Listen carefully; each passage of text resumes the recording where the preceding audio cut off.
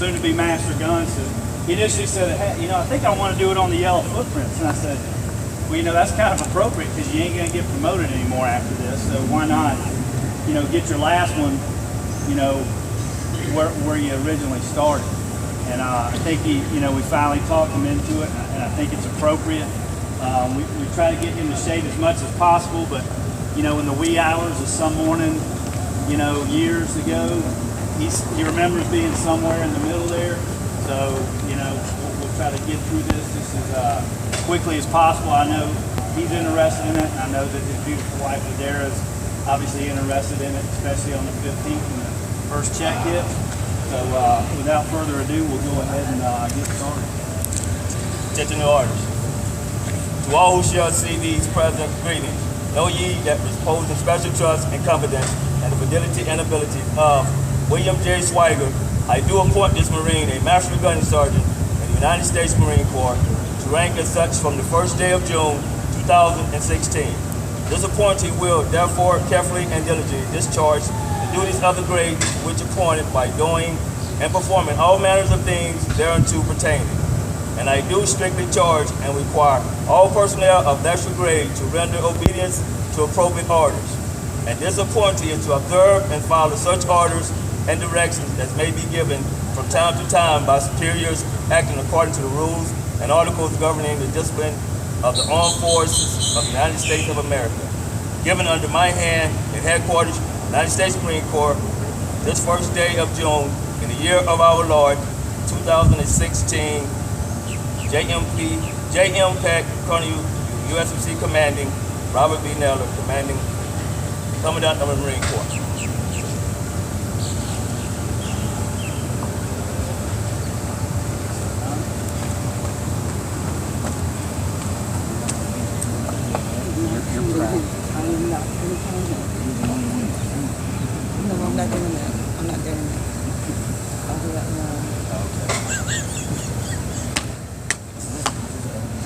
It's right here, it's good.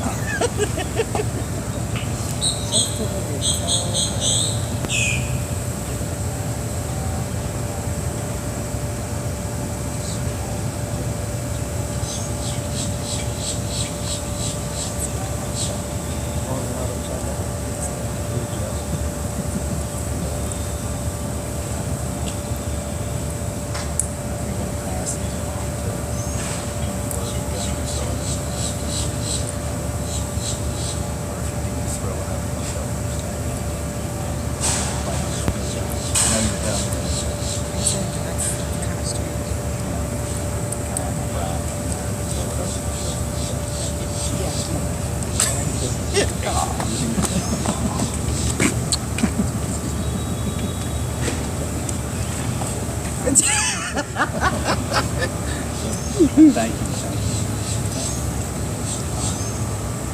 Go ahead and stand. At ease, please. Hey, like I said, I'm sitting here trying not to step on him. I mean, I stood here too, not as long as maybe the master guns did, but we come down through here on moat guns and I'd be trying to hop over them and stuff. I'm like, once is enough for me. But I'm glad that he decided to do it down here. I think it's quite appropriate. Like I said, he stood here years ago, and here he is at the top of his game. Not as far as he can go in the Marine Corps. Obviously, he's got, we still got a few pounds of flesh to take out of him, and he and Ladera are soon to go to Okinawa, and I'm going to miss them both greatly. And I know that the command and the Marines are better for having them both, on our team for the last few years. He's going to be missed. I'll miss him not only as a great chief, probably the best chief that I've ever had. I'll say adjutant chief because Master Gun Briscoe is here. He's my G1 chief. But I mean, I'm really going to miss him not only as as a right hand man, but also as a friend as well. I miss Ladera. I know that as they go over to Okinawa, they've actually adopted and raised some kids, and she says she's going to be closer to some of them when she gets back over there, so she'll be able to reunite with some of those kids from over that way and maybe do a little globe trotting over there in Southeast Asia and checking some things out, so that I know that they're excited about that.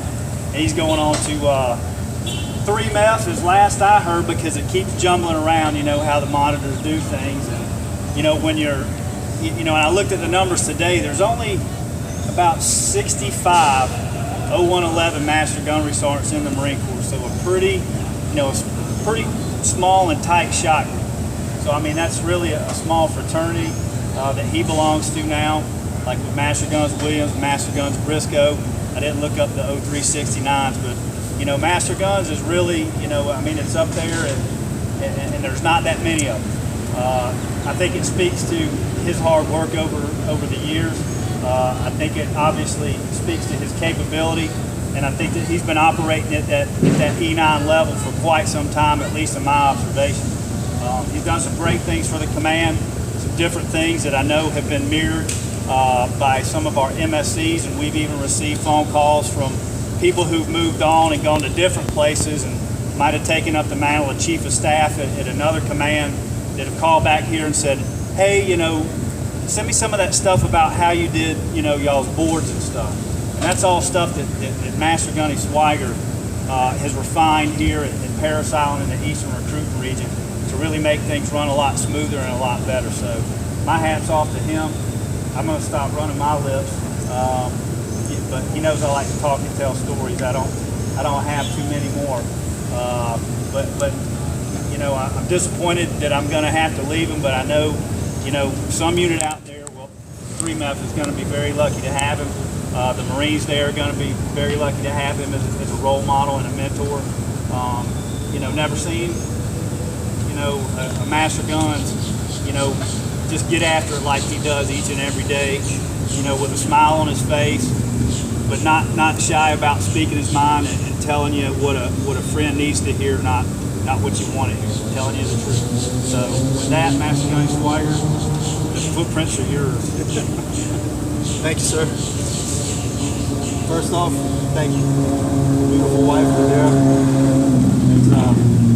And a lot of the backbone support, her, the family. This would be something I'd like my mother to have seen, but she's watching from up above. Finally reached the top. And fellow Marines, officers, staff, thanks for coming out. But November 9th, 1989, this is where it started for me. Stood here, went through that hatch, called a few choice words and whatnot. Don't remember much other than 9 November. Stayed in the barracks over there, and we marched back and forth to the old 3rd Battalion Chow Hall. Like, wow, Chow's pretty great. You know, is this boot camp? You know, after a few days, the receiving drill instructor said, "Oh, now you go meet your drill instructor." What? Marched on down doing the sea bag drag to 2nd Battalion Fox Company. And from there, it was, you know, all hell broke loose, and it was like, what the heck was I thinking? What I get into? And then later on, getting all the knowledge and whatnot, realized why Chow was so good. Because, you know, Marine Corps birthday. That's when I arrived. Did my first 4 years. Got out after Desert Shield, Desert Storm. Cut back. We seen how the Corps was going up and down. But I was fortunate. The first duty station was on a battleship, the USS Wisconsin. And, you know, that always stands out to me because I was part of the last Mardet on one of the last battleships in the Marine Corps. And then that's where my mentor, then Gunnery Sergeant Robertson, he retired, but he mentored me there as, you know, an admin clerk. Tried to go MSG after that. The monitor says, "No way, you're on C duty." And he's like, "He's doing an A billet. It doesn't matter." So it was like, MSG's off the table. So he dragged me to 8th and I. So my first enlistment, served on a battleship, and served at the oldest post in the Corps, Marine Barracks 8th and I. Got out December 93, came back in February 96, and the rest is history. No looking back. Went to 2nd Mardiv, then the drill field here, and always remember my drill instructors, and are heavy. I don't know if he's still in, but it was then Sergeant Theakston, Sergeant Major Theakston was an Amtrak. He was that drill instructor that stepped on deck, and everybody was like, "That guy's got duty." It just, everybody just cringed. And I remember the words he said to our platoon. He said, if you're looking for a job or you join the Marine Corps for a job, you're in the wrong branch. And that always stuck out with me. He said, the Marine Corps is a way of life. And it is.